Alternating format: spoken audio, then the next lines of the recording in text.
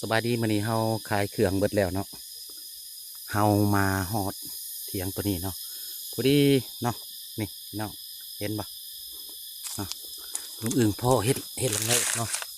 โอ้ยกำลังงามเลยพี่น้องเนาะนี่นี่นะเฮ็ดละโงกเนาะ3 ไข่เลยพี่น้องไข่ปักใหญ่เลย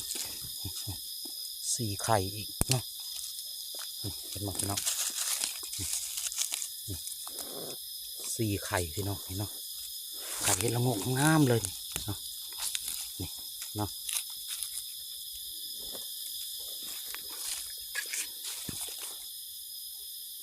เอากัดเลาะเบิ่งก่อนเนาะเดี๋ยวเขาได้เนาะในทงยางเนาะเดี๋ยว4 ไข่เนาะพี่น้องนี่พี่น้องนี่แบบนี้พี่น้องโอ้ยสุดยอดเลยนี่เห็นบ่เนาะ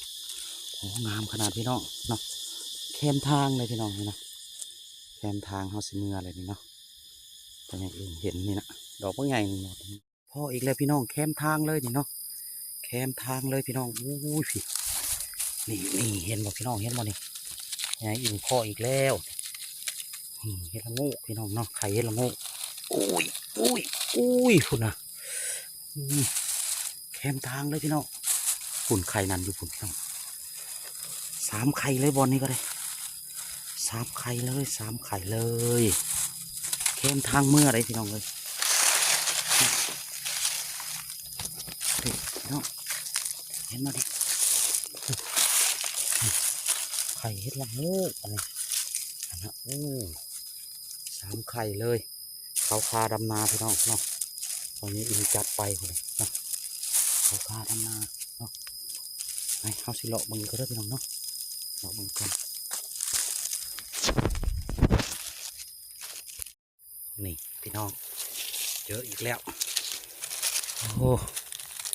เจอของแท้อีกแล้วเนาะนี่เห็ดละโงก เขาคาดำไม้ดำนาเนาะเขาก็หาเอาพี่น้องเนาะจอดรถอยู่นอกกันนะนี่เห็นปะนี่อีกแล้วนี่อีกแล้วนี่มานี่เอาได้เลยเนาะเห็ดละโงกเลยพี่น้อง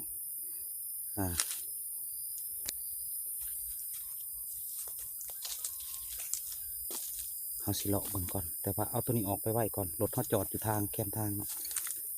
ลองหาเบิ่งพอดีเห็นเนาะพี่น้องนี่เด็ก